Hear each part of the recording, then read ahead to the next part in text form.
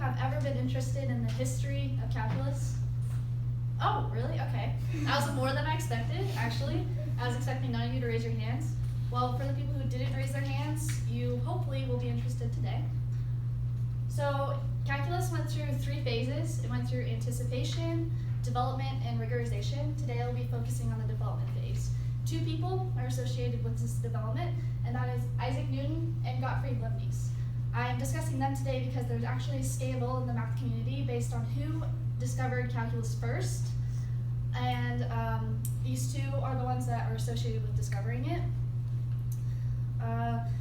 So Isaac Newton is actually the first one to discover calculus. He's known as the father of calculus, and the reason why is because he came up with the derivative and integral, and these 2 things are the main foundation of calculus, but nobody actually knew how he discovered it because he kept his things secret. According to an article named The Brief History of Calculus, Early to Modern Times, he discovered it between 1665 and 1667, but he never published his findings, and nobody knew that he actually discovered it. Whereas Gottfried Leibniz, he moved on and discovered it 8 years later, and he published his findings. He told everybody about it, and people thought he was the one to discover it, but actually Isaac Newton was. And this is why they got a name in history called the Great Sulk, and that was the scandal between them 2.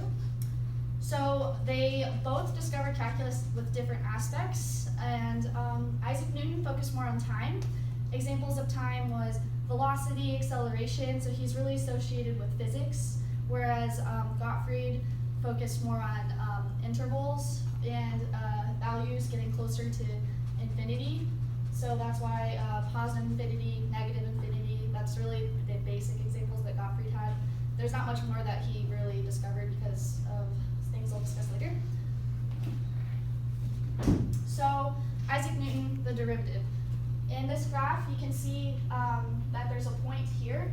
This is called the tangent line, and where the tangent line meets up with the curve is called, that's the tangent. And the derivative is actually the slope of this tangent line here. So in this dotted line, that's like the slope, so rise over run. You find the slope of that tangent line, and that's what the derivative is. So that's what Isaac Newton discovered, and with this, in physics, he focused on velocity. So the derivative of a position function is the velocity function, and then you can keep going on and on and on, and physics goes way more in depth in that than calculus does, but this is important because it's the main foundation. And then the integral, as you can see in this graph, all these rectangles are filling up the space, so you can find the area of a curve, but there's missing pieces, such as here and here. There's spaces that the rectangles cannot cover, and the integral actually helps you find the area of that whole curve, and that's what Newton found. So yeah, that's all that the integral does, is find the area of the whole curve underneath it. So Leibniz, on the other hand, what we use today in calculus is his notations. He never actually found the specifics of derivative and integrals. We don't actually use his findings because they're different, but we use his notations.